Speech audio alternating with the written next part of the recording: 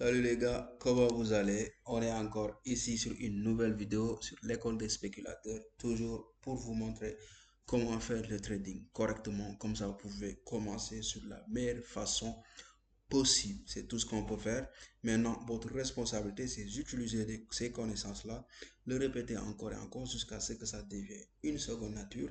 Comme ça va vous permettre dans un futur proche de pouvoir faire de l'argent en utilisant ce qu'on appelle le trading directement à la maison avec votre téléphone, là où vous le souhaitez. Maintenant, ici, cette vidéo, ça va être une vidéo de continuation de la vidéo précédente. Si vous n'avez pas regardez cette vidéo, allez-y là-bas. Maintenant, pour me soutenir, parce que tous les cours que je donne ici, c'est gratuit. Voilà, allez-y, ouvrez des cours, des comptes de trading avec notre partenaire XM qui est avec le lien en utilisant le lien du groupe directement. Sur cette vidéo, je vais vous apprendre ce qu'on appelle les niveaux de support et de résistance.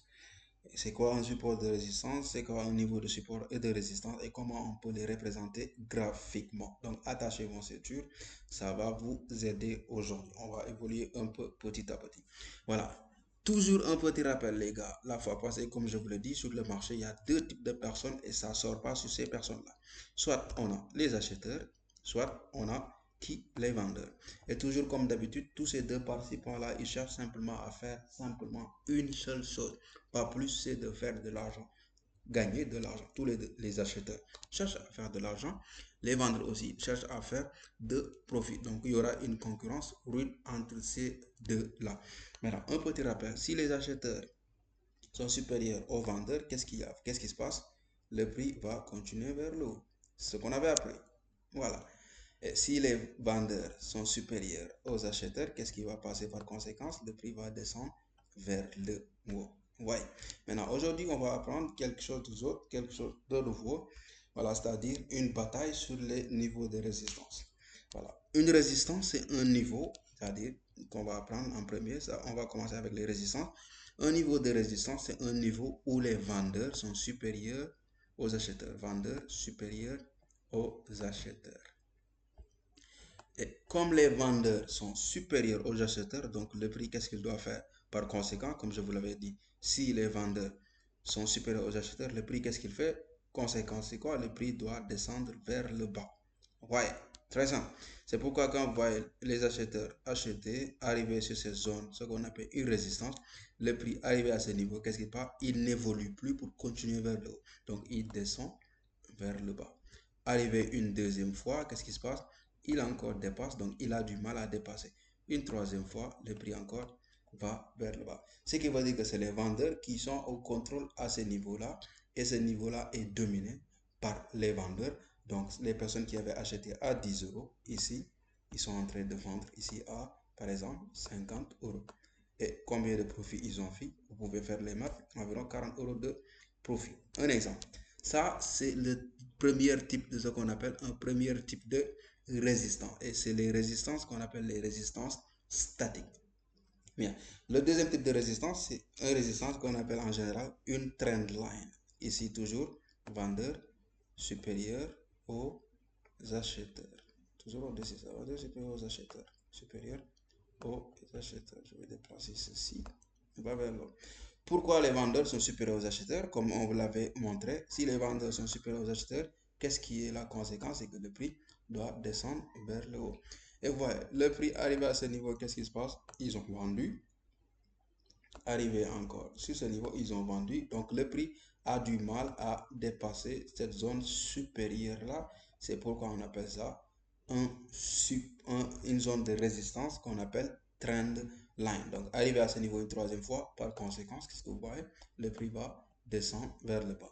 C'est ça qu'on appelle une zone de résistance. C'est une zone où les vendeurs sont supérieurs aux acheteurs et il va empêcher le prix d'évoluer vers le haut.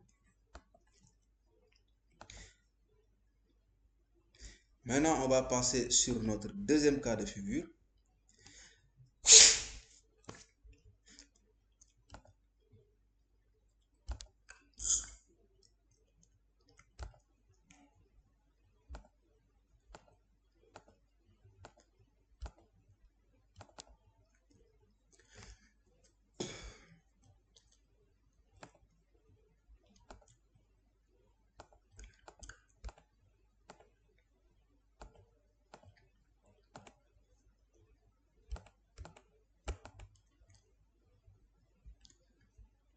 Voilà, maintenant on va partir sur notre deuxième cas de figure, c'est le cas des supports.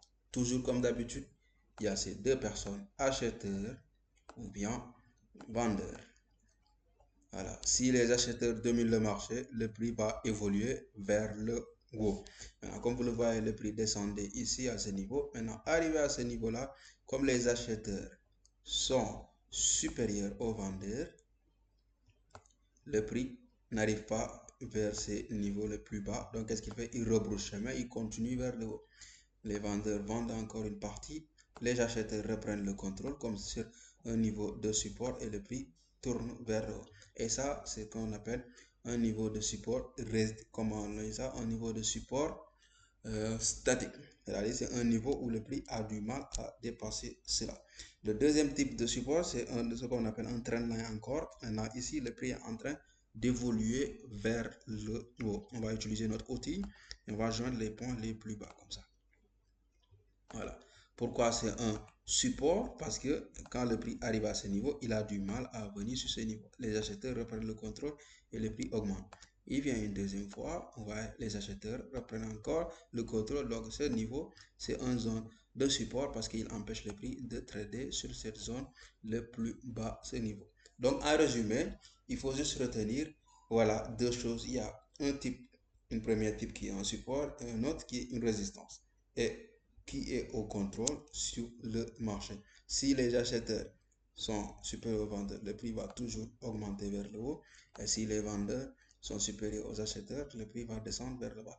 Maintenant, qu'est-ce qu'on va faire? On va partir maintenant sur le graphique et je vais vous montrer un exemple, comment vous pouvez faire ça à votre guise sur le graphique en utilisant n'importe quel type de marché ici. En regardant sur le graphique, qu'est-ce qu'on voit? On utilise notre outil, toujours, on clique. Et si on regarde ici, qu'est-ce qu'on voit? On peut voir arriver à ce niveau-là, qu'est-ce qu'il y a? Le prix est en train de descendre. Et on peut marquer ça directement comme un trendline descendant, c'est-à-dire une zone de résistance parce qu'il empêche le prix de partir vers le haut. Arriver en bas, il touche, il remonte et il continue vers le bas. Ça, c'est le cas d'un trendline descendant. Maintenant, si on continue à défiler, on peut encore trouver ce qu'on appelle un support statique. Voilà, par exemple, on peut regarder et vous allez simplement faire ça comme je vous le montre directement. Vous allez ouvrir les graphiques et vous allez simplement aller regarder et les représenter. Ici, on utilise notre outil, on peut joindre ces points-là. C'est très sympa à utiliser, on peut joindre ces points directement. Voilà, et vous voyez, le prix a du mal à ce qu'on appelle, le prix a du mal à venir sur ce niveau supérieur-là, parce que quoi? Les vendeurs sont supérieurs aux acheteurs. Arrivé à cette zone, conséquence. Arrivé à cette zone et cette zone, conséquence. Les vendeurs sont supérieurs, ils sont en train de vendre leurs actions. Sur le même, ici, on peut faire la même chose en représentant ce qu'on appelle les supports. On utilise toujours notre outil, un clic et on joint ce qu'on appelle les lots. Bon, très simple. Voilà. Et qu'est-ce qu'on voit? Le prix a du mal à trader sur cette zone. Pourquoi? Les acheteurs sont supérieurs, ce qu'on appelle, aux vendeurs. Et à chaque fois que le prix arrive à ce niveau, voilà, il part vers le haut. Il repart, il repart, il repart, il repart. Boum. Bingo. Très facile à faire. Vous défilez encore, la même chose, vous défilez et vous allez chercher ce qu'on appelle des supports statiques. Et comme on le voit, on clique sur notre, ça c'est un support statique. Pourquoi c'est un support statique? Pourquoi? Vous voyez, les prix arrivés sur cette zone, les acheteurs ramènent le prix. Arrivé à ce niveau, les acheteurs ramènent le prix. Arrivé encore, les acheteurs prennent maintenant le total contrôle et le prix continue vers le haut. Vous voyez, comme je l'ai représenté, c'est très simple. Ce que vous allez faire simplement, vous ouvrez n'importe quel graphique et vous répétez la même chose en faisant une représentation des supports de résistance statique et de manière horizontale et verticale. Voilà, très simple. Ça, c'était tout pour aujourd'hui. Ça, c'était un cours pour débutants, comment représenter les supports et les résistances. Et vous pouvez faire ça avec vos graphiques. Ouvrez n'importe quel marché que vous voyez ici et représenter ça en utilisant l'outil là pour tracer les supports et résistances. J'espère que ça a été tout pour aujourd'hui. Maintenant, sur la vidéo qui va venir, on va faire une combinaison des supports et des résistances. Et le premier cours, c'est-à-dire la structure du marché, mouvement ascendant et descendant.